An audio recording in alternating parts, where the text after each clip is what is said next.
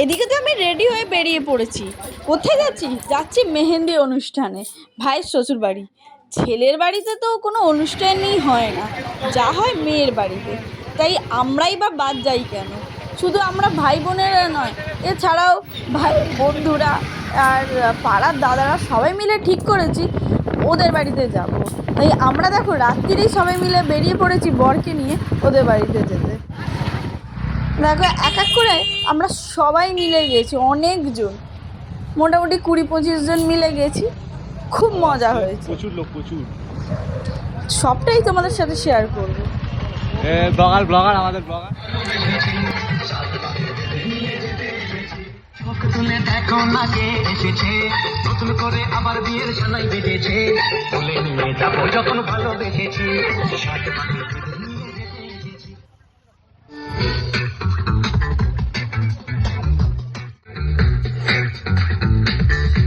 এদিকে আমরা তো দাঁড়িয়ে রয়েছি, অবশেষে বর এসে হাজির হয়েছে।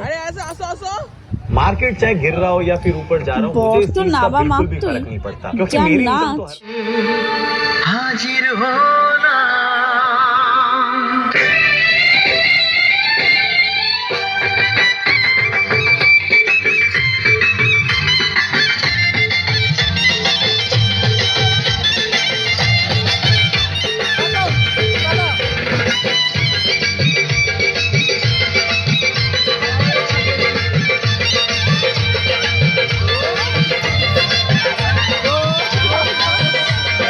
চোখ তুলে দেখো না কে এসেছে,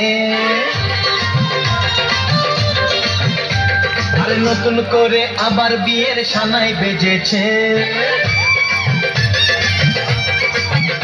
আরে চোখ তুলে দেখো না কে এসেছে, নতুন করে আবার বিয়ের সানাই বেজেছে, বলে নিয়ে যাবো যখন তাকে ভেঙে দিতে পারবে না কেউ, তোমার আমার মাঝে দেওয়াল তুলে দিতে। ভালোবাসা এত কাঁদেই পারবো তাকে ভেঙে দিতে। চিরদিনে তুমি যে আমার, তাই তো কাছে এলাম আবার। শাক বাজাও উল্টাও সেতে তোড়ো, প্রদীপ জ্বালিয়ে বর বরণ করো। শাক বাজাও উল্টাও খুশিতে ওড়ো, প্রদীপ জ্বালিয়ে বর বরণ করো।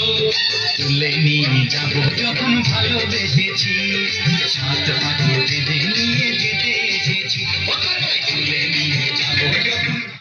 এদিকে বরের ভাই তো খুবই ব্যস্ততার মধ্যেও নাচছে।